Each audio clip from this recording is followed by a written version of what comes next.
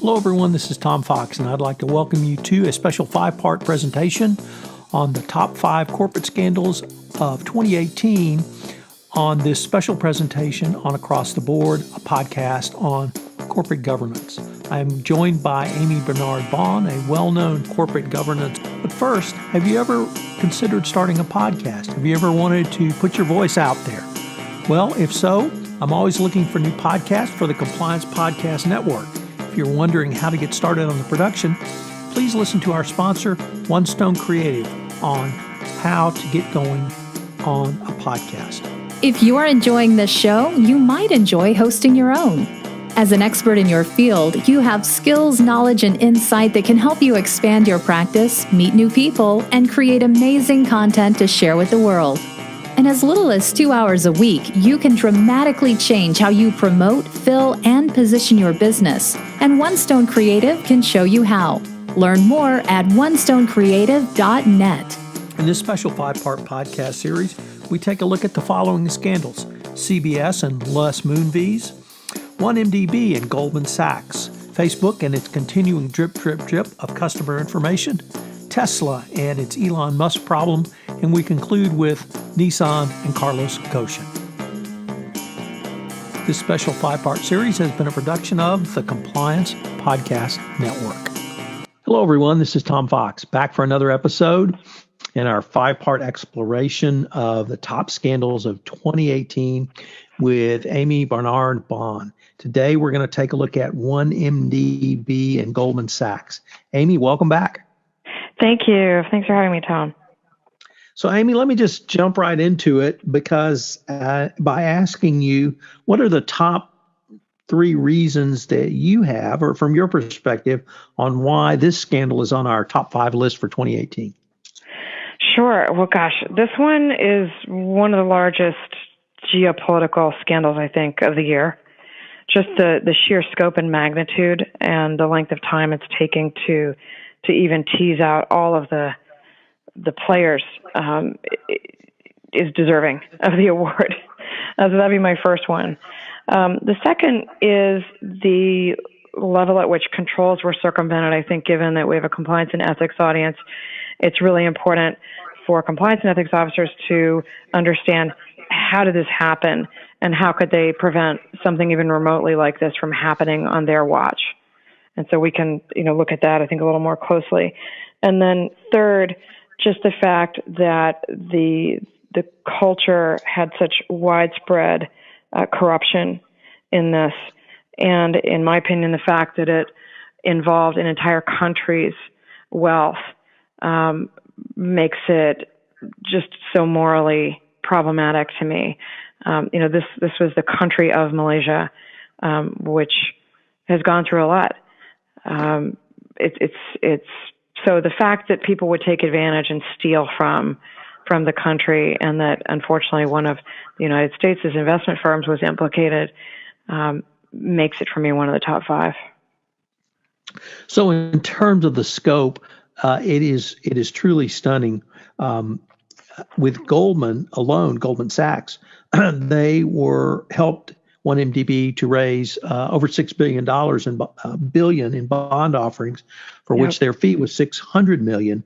Of that $6 billion, $3.7 billion is alleged to have been simply stolen by one of the principals, J. Lo, and distributed out as bribe payments to the Prime Minister of Malaysia, various sovereign wealth funds in the Middle East, and numerous other players. So you're absolutely right. The scale of this is almost defies belief. And I really like the way, or the point on the circumvention of controls. We rarely talk about circumvention of controls at a $6 billion scandal level. Right. It might be a guy stealing. It may be a fraudster. It certainly could be a corruption case under the FCPA. But this really took it to an entire new level. And I saw both circumvention of controls at II-1MDB and also at Goldman Sachs. And that may be, lead to Goldman Sachs' downfall in this case. And we should note, as of this week, they've been criminally indicted in Malaysia. Mm-hmm. Yeah, literally almost every day there's something else that's been coming out about it, and there's still multiple people that have been implicated that have fled the country, and they're still at large. Interpol still hasn't been able to find some people that are, but they do have Leisner, who's pled guilty and has already paid out $43 million. I think people suspect that he's agreed to be a friendly witness because he got a pretty sweet deal. He'd already been even paid out $200 million. He's only paying back $43 million for conspiracy to launder and violate the FCPA. And then Eng has been arrested and I think you said indicted in Malaysia, and he was facing charges this morning. I think it was in Malaysia, right? Right. Yeah. Yeah, both he and Leisner were banned for life from engaging in securities work in Malaysia. Really no surprise there. But what do you do if you're Goldman Sachs at this point? This is obviously public. We've had a very good book by two Wall Street Journal reporters. This scandal is on the front page of literally every business paper and the New York Times across the world. And they are in the crosshairs, and they are really thought of as one of the, if not premier firms in the United States, certainly one of the top level.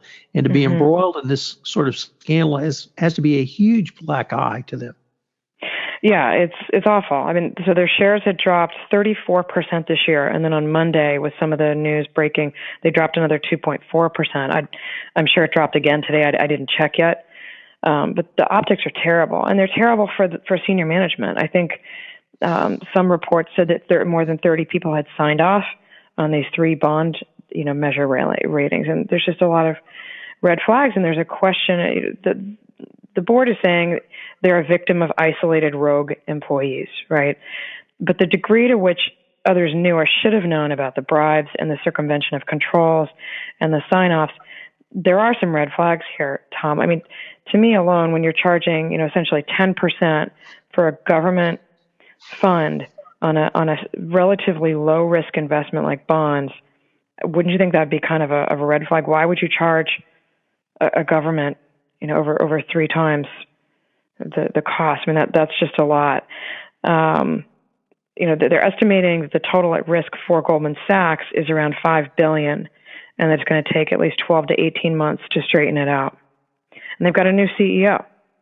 October 1st, David Solomon took over. He has the distinction of being a part-time DJ on top of his regular role.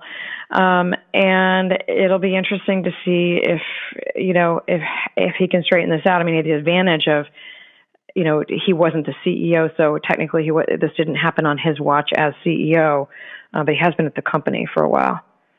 So it'll be interesting to see how they proceed on this, but I'm sure they're meeting daily on it. I think that may be an understatement.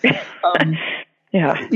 The other thing I'd want to highlight is something that you laid out in the top three, which is in the prior episode where we took a look at CBS, we had activity literally at the CEO level and indeed above, which we thought was certainly not good. But here we had conduct down into the weeds of circumvention of controls.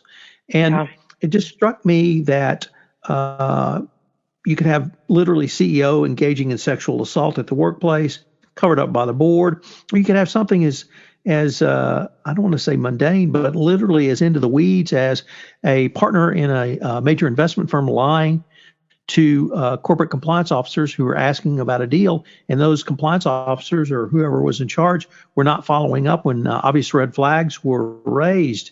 And the ease at which controls at Goldman Sachs were circumvented has led to it putting itself in a very negative, at least very negative publicity at this point. Yeah, and you mentioned in one of your writings about this, the 4 Eyes review and approval principle. Yes. In terms of, because you in an ideal scenario, you would do a root cause analysis on this and say, okay, and I'm sure compliance and ethics, they said they've been going back and forth over this multiple times, that they've looked at this II-1MDB deal every way is some of the compliance analysis that I've seen. And that would be a way to try to help. Now, you and I both know politically implementing that, it sounds like a great idea, but implementing when a deal is trying to get rushed through and having an unrelated group oversee and approve that is challenging. Is it the right thing to do? I sure hope they do it now. I think with $5 billion at stake, they're probably going to be leading the gold standard and speaking at all the conferences around how to do this over the next couple of years. The other thing I picked up was that they're considering a special surveillance program to monitor higher risk employees that are far away. I mean, the other tough thing about this is this was the Southeast Asia branch, pretty far from New York.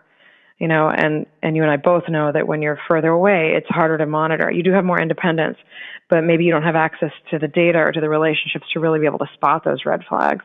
So you got to wonder who really had access to the data about this. And as you point out, they lied. Oldest trick in the book. Well, there's if someone lies about it, it can be harder to catch if there's not other information that's coming your way. Absolutely. Amy, unfortunately, we're near the end of our time on this episode, but we've been visiting about the II-1MDB Goldman Sachs scandal. I hope you will join us for our next episode where we're going to look at one of our joint favorite companies, Facebook. Amy, thanks again for taking the time to visit with me today. Thank you, Tom. Hello, everyone. This is Tom Fox again. I'd like to thank you for listening to this special presentation of the top 5 corporate scandals from 2018 on across the board.